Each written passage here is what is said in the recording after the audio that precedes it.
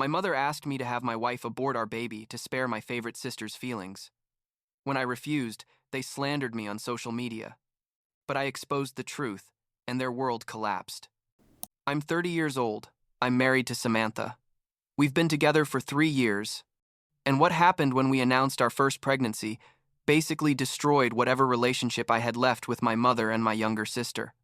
I guess I should start by explaining what the family dynamic was like before this whole mess, because the truth is the problems had been there for a long time. It just had never exploded in such a brutal way before. I grew up in a house where it was always obvious that my sister Angela was the favorite. She's 3 years younger than me, and from the moment she was born, my mom, Sharon, basically put her on a pedestal. I don't know if it was because Angela was the girl my mom always wanted, or because she was born with some minor health problems that made my parents overprotect her, but the thing is, my entire childhood and adolescence was watching Angela get everything she wanted, while I had to work twice as hard to get half the attention. My dad, Kenneth, was always more balanced with me. I mean, he supported me and recognized my achievements.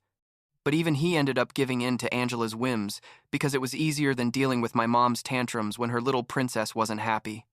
When I was like 22, I moved out of my parents' house, got a decent job at a logistics company, and basically kept minimal contact with my family.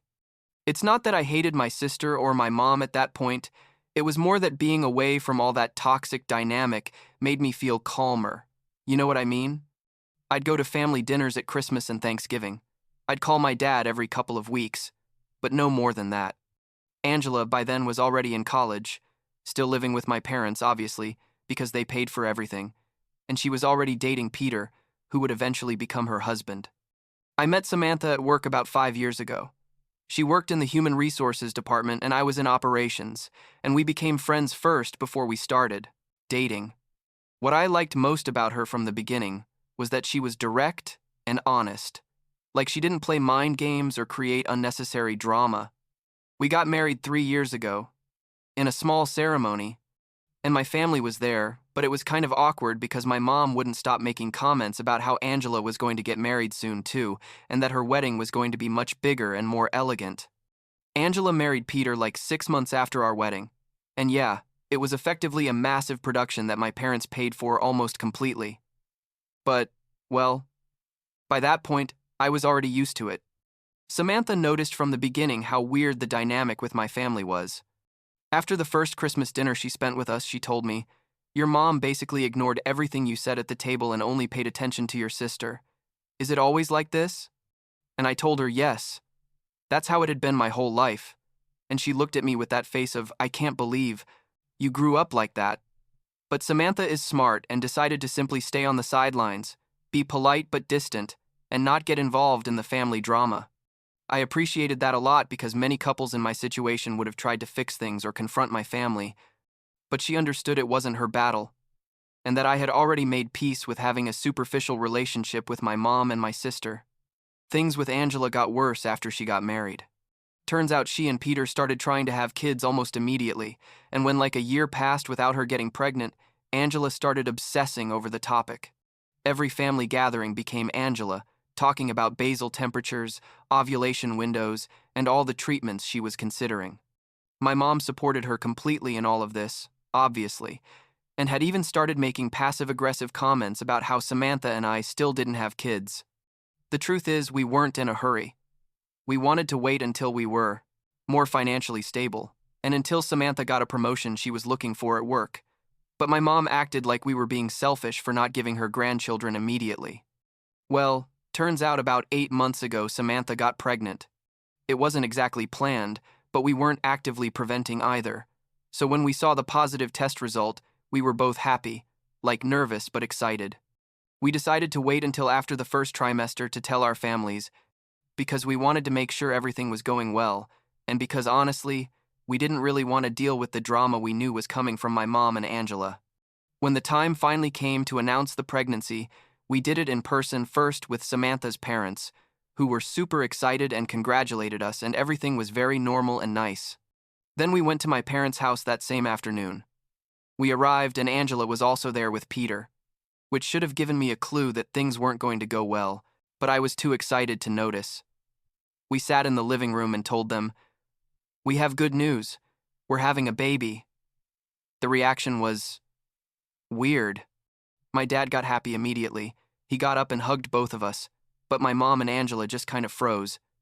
My mom said something like, "Oh, what a surprise," in a super flat voice, and Angela literally got up and left the room without saying anything. Peter followed her, and I could hear she was crying in the other room. Samantha squeezed my hand, and I knew she was also noticing that something was very wrong. My dad tried to save the situation by saying that Angela had had a bad day and probably needed a moment, and we decided to leave shortly after because the atmosphere was super uncomfortable. That night, my dad called me to apologize for Angela and my mom's reaction. He explained that Angela had had another negative pregnancy test that same morning and was very sensitive about the topic. I told him I understood and that it was fine, that Angela could take the time she needed to process the news. My dad sounded tired, like he was already fed up with having to be the mediator between all of us. And I felt a little sorry for him, but I was also starting to get annoyed that it always had to be me who gave in and understood while Angela could behave however she wanted, without consequences. What happened next was absolutely insane. 2 days after our announcement, my mom called me. I was at work, so I couldn't answer, but she left me a voicemail that I still can't believe is real.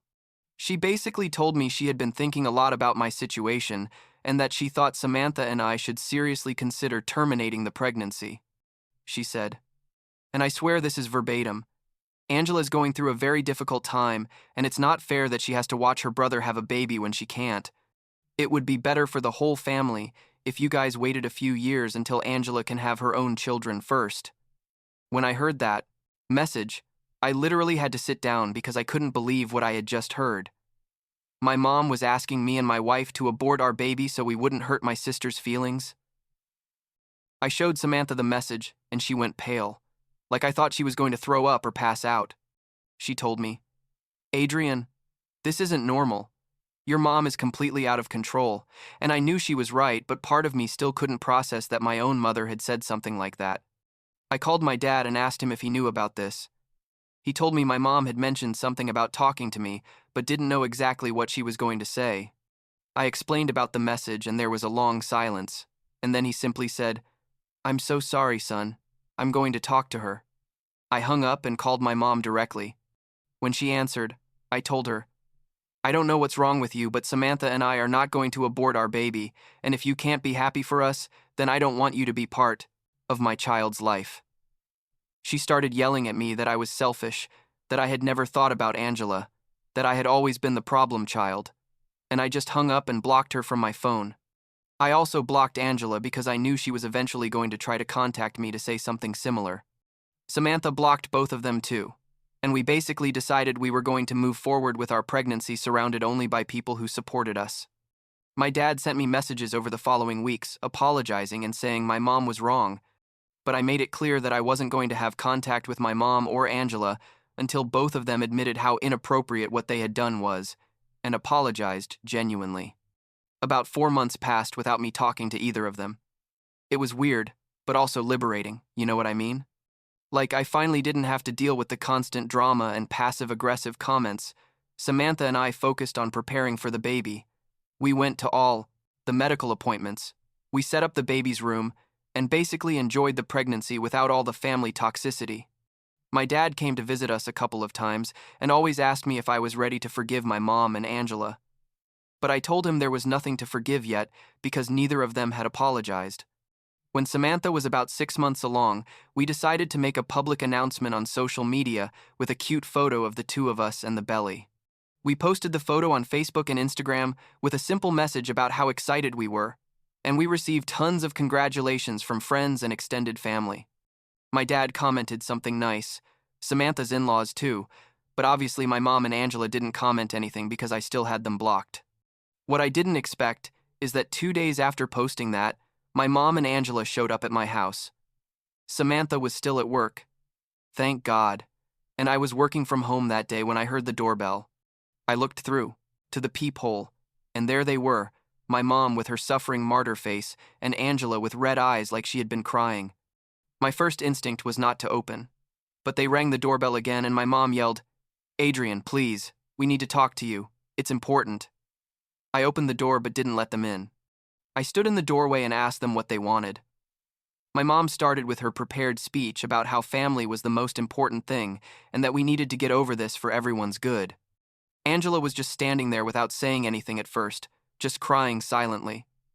I told my mom, "Did you come all the way here to apologize or just to try to make me feel guilty again?" And that's when Angela finally spoke. She told me she had gone to the doctor the week before, and they had confirmed she was officially infertile. She said she had some medical problem that I don't remember the name of now, but basically it meant she was never going to be able to have biological children.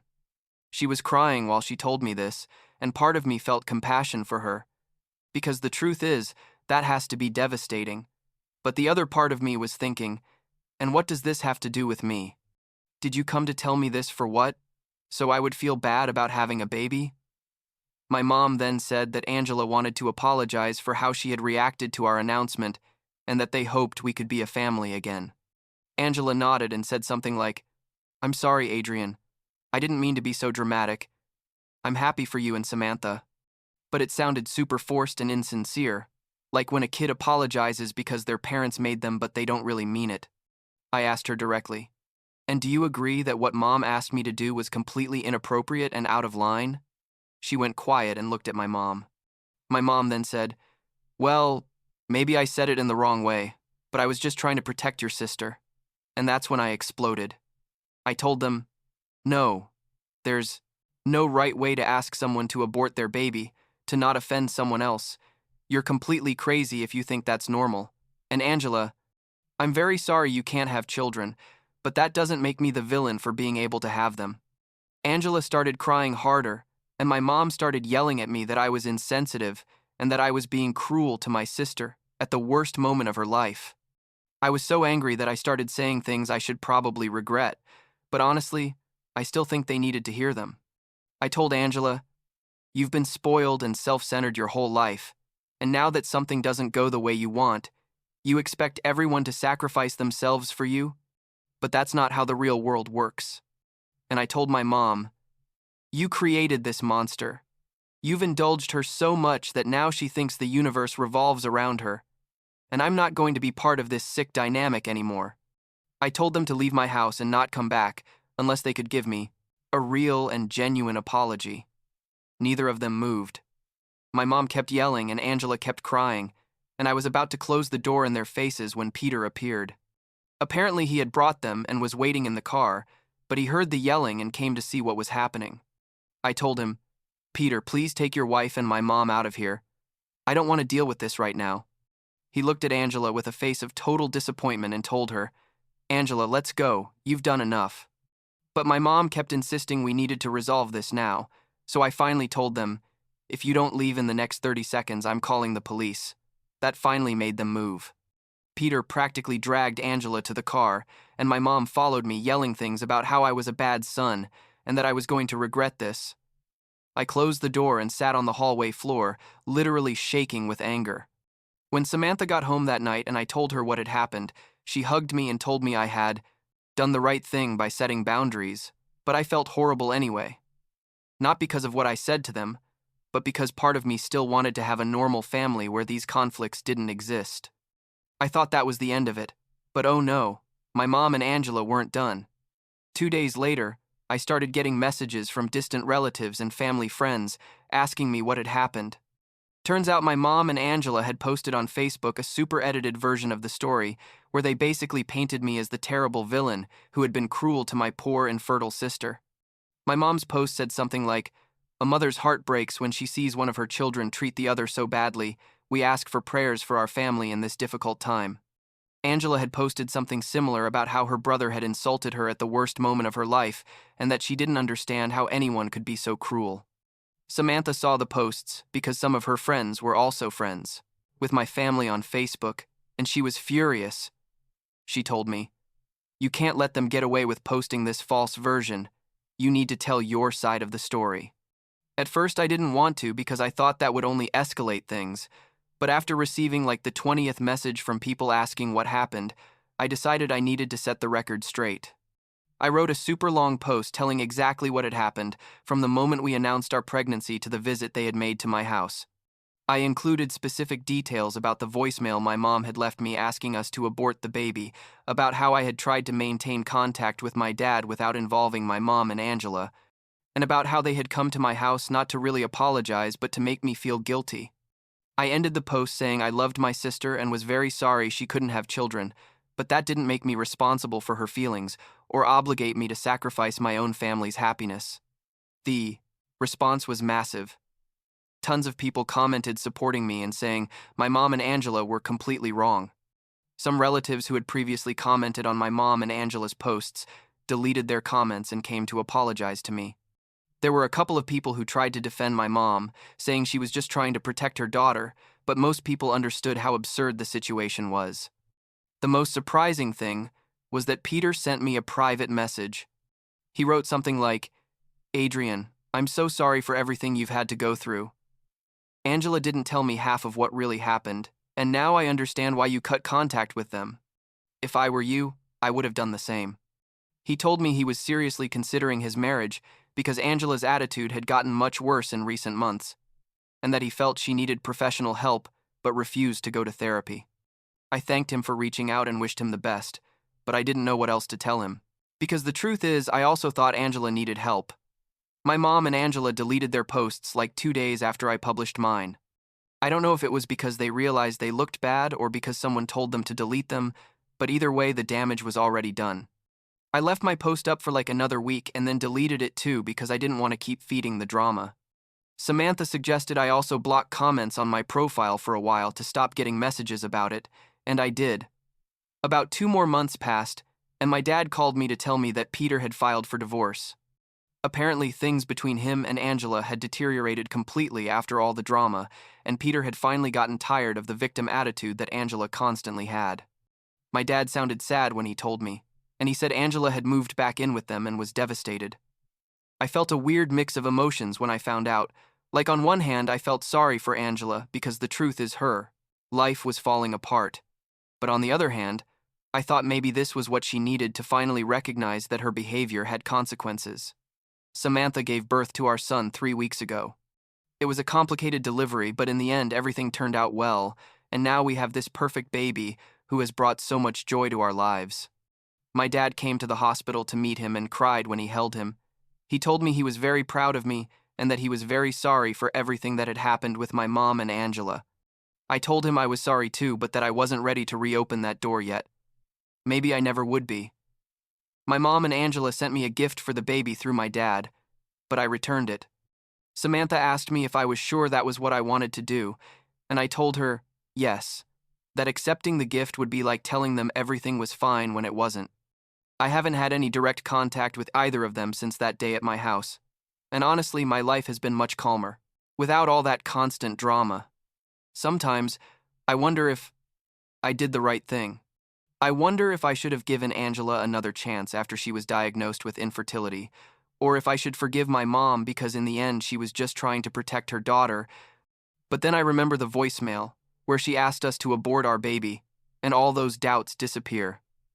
There's a line that can't be crossed, and she crossed it that day. My son is 3 weeks old now, and when I look at him sleeping in his crib, I think about what kind of father I want to be for him. I know I'm definitely not going to be the type of father who favors one child over another. And I know I'm going to teach him that actions have consequences, no matter who you are. Samantha and I have talked a lot about how we're going to handle the topic of my family with him when he grows up, and we decided we're going to be honest, but age-appropriate. We don't want to fill him with hate toward his grandmother and aunt, but we're also not going to pretend they have a close relationship with us when they don't. My dad comes to visit us often and has a beautiful relationship with his grandson. He's told me my mom asks about the baby constantly, and that Angela has also expressed interest in meeting him.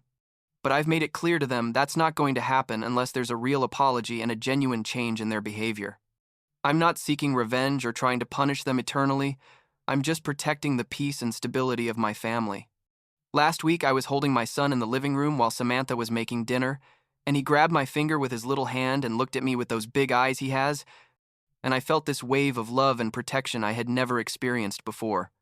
In that moment, I knew without any doubt that I had made the right decisions, that setting boundaries with my mom and Angela hadn't been cruel but necessary. This baby deserves to grow up in an environment where he doesn't have to walk on eggshells or sacrifice his happiness for others' feelings, and I'm going to make sure that's exactly what he has. I don't know if someday my mom and Angela will really understand what they did wrong, and honestly, it's not my responsibility to teach them anymore. What I know is I have a beautiful family with Samantha and our son. I have my dad, who supports us unconditionally, and I have a clear conscience that I did what I had to do to protect my own. And at the end of the day, that's enough for me.